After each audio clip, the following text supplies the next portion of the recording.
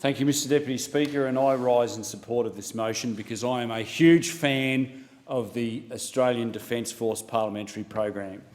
Mr Deputy Speaker, when I was a young fella at school, all I wanted to do was fly Hornets.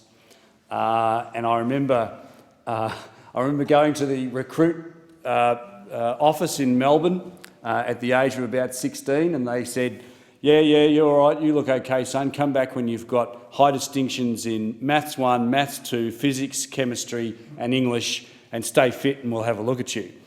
Sadly, Mr Deputy Speaker, I didn't go back a second time, but I have always admired our men and women of the ADF for the absolutely outstanding work that they do.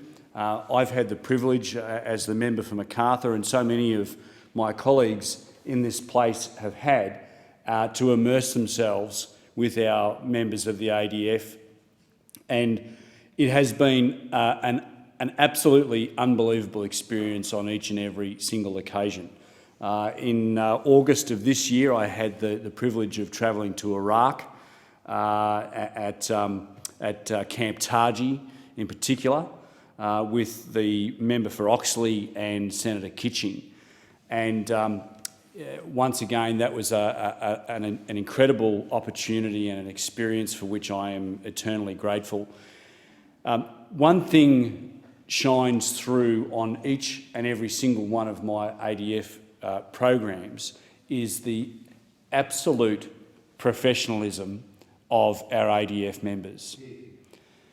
I have to say, Mr Deputy Speaker, I am singularly impressed with every single one of them that I have dealt with.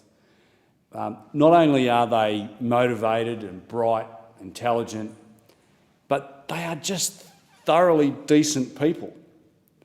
You know, they are obviously very, very fit and excellent at whatever they do, but they're just decent men and women. And I wish that that more Australians could have the opportunity to be immersed in that environment, because clearly that environment is a very good environment, and it turns out Australian men and women of the highest calibre, from the lowest of ranks to the senior ranks. They are incredible people. I also had the opportunity to travel to Afghanistan in 2017 with the members for Whitlam, Burt, Oxley, Brand and Bass. Now, there's one thing that's been consistent in both my trips to the Middle East, and that was I was outnumbered greatly by those members opposite. But one thing that also rings true when we travel overseas to these ADF programs, parliamentary programs, we leave as best we can our guns at the door, and when we travel over there, we travel as one, and we travel as part of Team Australia. And I can honestly say that in both those trips, you know, there was never a bad word spoken between us. And I think it's really vital that our members of the ADF see from a cross-party perspective that, you know, we are behind them every single step of the way, because, you know, I hate to say it, sadly, you know, one day the other lot will be in government. I hope it's a long way away, but members of the ADF need to know that, you know, when that sad day ever comes, that the men and women that serve in this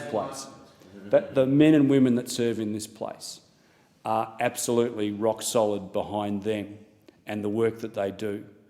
And, you know, I have never been more proud than I have been, apart from when I got married and the birth of my children, than I have been when I've been overseas with these servicemen and women. One of the best parts about this program too is it's reciprocal. I've had Flight Lieutenant Sasha Ivashenko and Lieutenant Colonel Brendan Robinson work in my office in 2017 and 2018, and that gives them an opportunity to come into a politician's office and see what happens here, because for most people it's a great mystery what goes on in this place. And I think it's very, very important that we keep those cross lines of discussions and experiences